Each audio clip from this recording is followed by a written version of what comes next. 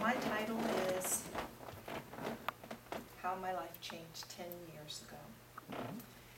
10 years ago, I found myself coming to in a dark, musty, enclosed, cramped space.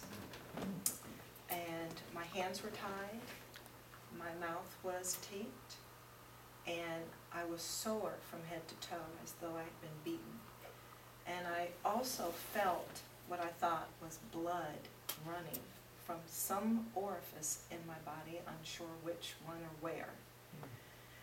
I could feel knots and swells, and one eye was very swollen, and I could hear moaning. So that was 10 years ago. But let me tell you what that led from.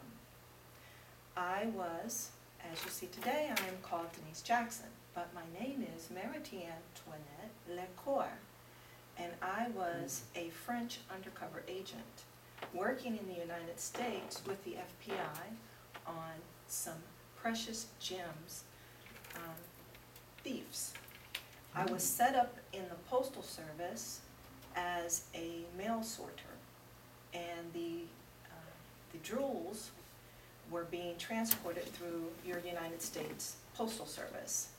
It was my job to keep an eye on some people that we had identified there as the transporters, the setup to help to smuggle these illegal gems. What you see I'm wearing today are actually a gift from one of the families who I'm not able to name. These are African opals and unrefined citron, which was given to me as a gift, which I was only able to accept once I resigned from my services. But they were a gift as a result of several millions of dollars in jewels that we saved for this family. What had occurred is we were able to locate the thieves and spotted them. There was one gentleman, huge, big lowdown, huge man, about 7 foot tall, neck like this.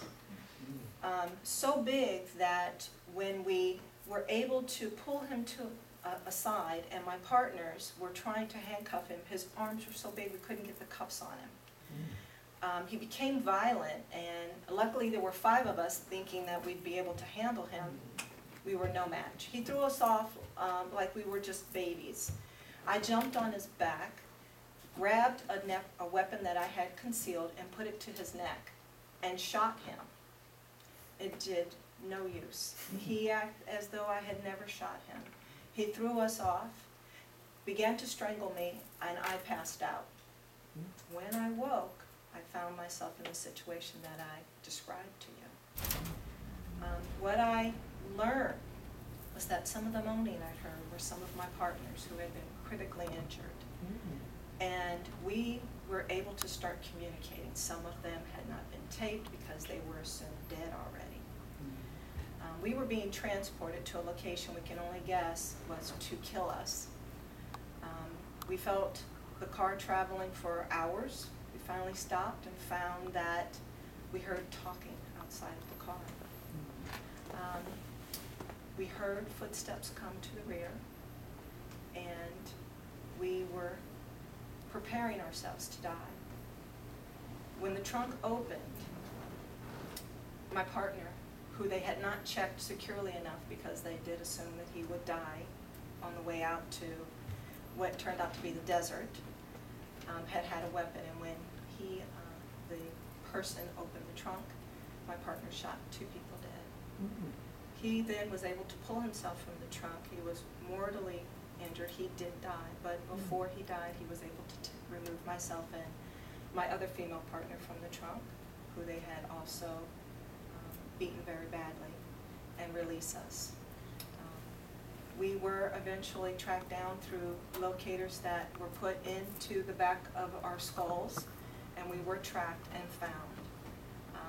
I retired 10 years ago. Today I'm now a U.S.